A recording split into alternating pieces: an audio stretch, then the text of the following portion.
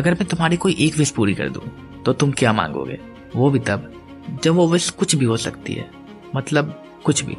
तो जूनी टाइसन एक कंपटीशन है जिसमें वर्ल्ड के 12 most powerful and strong people participate करते हैं और एक दूसरे से लड़ाई करते हैं, लेकिन सिर्फ एक ही इस कंपटीशन को जीत पाता है। इस कंपटीशन को जोडियक वॉर भी कहते हैं क्योंकि ये 12 प्लेयर्स चाइना के 12 जोडियक साइंस को रिप्रेजेंट करते हैं। ये कहानी अभी तक जितनी सिंपल सुनने में लग रही है ये इतनी सिंपल है नहीं, क्योंकि ये 12 कॉम्पिटिटर जीतने के लिए कुछ भी कर सकते हैं। जीतने वाला अपना एक विश में कुछ भी मांग सकता है, गाड़ी, बंगला, पैसा, अमर होना, कुछ भी।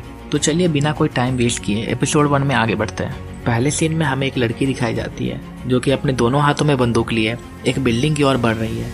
ये लड़की जिस रोड पे चल रही है वो रोड पूरे ही सुनसान है, और सुनसान होने का रीजन ये है कि उस शहर में रहने वाले 5 लाख सभी लोगों को सिर्फ एक रात में ही किसी और जगह ट्रांसफर कर दिया गया। आगे हमें उन 12 प्लेयर्स के बारे में बताया जाता है जो कि उन 12 जोडियक साइंस को रिप्रेजेंट करते हैं। पहला प्लेयर का नाम है ऑक्स, जो कि इन सभी में से सबसे स्ट्रॉन्गेस्ट है। दूसरा प्लेयर जिसका नाम है बोर, जो कि वही लड़की होती है जिसके दोनों हाथों में बंदूकें होती है। ऐसे ही तीसरे का नाम मंकी, चौथे का नाम रैबिट, पांचवे का नाम स्नेक, छठे का नाम ड्रैगन, सातवें का नाम डॉग, आठवां का नाम चिकन, नौवां का नाम गोट, 10वां का नाम टाइगर, 11वें का नाम रैट और 12वें का नाम हॉर्स होता है। आगे हमें बोर का बचपन दिखाया जाता है जहां वो बचपन से ही जूनियर टाइसन में जाने के लिए प्रैक्टिस कर रही होती है, और उसकी एक छोटी बहन भी होती है जिसे जानवरों को शिकार करना बहुत पसंद होता है। अब आगे वो बिल्डिंग के टॉप फ्लोर पे पहुंच जाती है और बाकी कॉम्पिटिटर्स भी वहां प्रेजेंट होते हैं, पर उन 12 में से एक कॉम्पिटिटर पहले ही मरा हुआ होता है जिसे रैबिट ने गेम शुरू होने से पहले ही मार दिया। इसी के साथ रेफरी की एंट्री होती है और वो उन्हें गेम के सारे रूल समझाना शुरू करता है। वो हर एक पार्टिसिपेंट को ग्लास में रखे हुए ब्लैक डायमंड को निगलने को कहता है, और ये सुनकर सभी पार्टिसिपेंट उस ब्लैक डायमंड को निगल जाते हैं। रेफरी फिर बताता है कि ये ब्लैक डायमंड एक स्लो पॉइजन है जो कि 12 आवर्स में सभी की जान ले लेगा। सभी ये सुनकर सरप्राइज हो जाते हैं और रेफरी आगे का रूल सुनाता है। इस ब्लैक डायमंड को 20 जोल्स कहते हैं, और जो इन 12 डायमंड्स को कलेक्ट करेगा वही इस गेम का विनर कहलाएगा। विनर को एक विश मिलेगी जिसमें वो कुछ भी मांग सकता है। अगले सीन में हमें बोर का बचपन फिर से दिखाया जाता है जिसमें उसके पिता, जिसने पिछले जूनियर टाइसन को जीता था, वो अपनी छोटी बेटी को गेम के लिए चुनते हैं। अपने पिता का ये डिसीजन सुनकर उसकी बड़ी बहन बहुत ही ज्यादा गुस्सा हो जाती है और वो ये डिसाइड करती है कि वो अपनी छोटी बहन का लाइफ हेल कर देगी। वो अपनी छोटी बहन को पर्सनल ट्रेनिंग देना शुरू कर देती है, और इस ट्रेनिंग में वो सिर्फ लोगों को मारना सिखाती है। लोगों को मारते मारते वो एक किलिंग मशीन में बदल जाती है जिसे सिर्फ लोगों को मारना पसंद हो।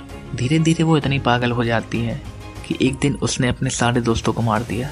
ये सब देखकर उसके पिता उसे एक कमरे में बंद कर देते हैं, जिसके बाद आखिरी में वो खुद की जान ले लेती है। छोटी बहन के मरने के बाद अब बड़ी बहन जूनियर टाइसन के लिए क्वालिफाइड थी।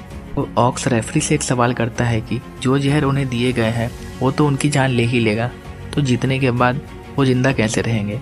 रेफरी उन्हें बताता है कि जीतने वाले को एंटीडोट दिया जाएगा एज अ बोनस प्राइज। अब रेफरी इन चीजों के बाद मैच को शुरू कर देता है और सभी एक दूसरे को घूरने लगते हैं। उसी वक्त मंकी एक प्रपोजल रखने का बात करती है जिसमें सभी लोग हाथ खड़ा कर सहमति देते हैं, पर मंकी जब तक अपना प्रपोजल सबके सामने रखती उसी टाइम एक बॉम्ब ब्लास्ट होता है जिसके कारण फ्लोर टूटकर एकदम नीचे चला जाता है, और इसी के साथ फाइटिंग की शुरुआत हो जाती है। बोर, जो कि उन 12 प्लेयर्स में से सेकंड बेस्ट है, वो रैबिट को चैलेंज कर देती है और उसे लगता है कि रैबिट बहुत ही कमजोर है और वो उसे इजीली मार देगी।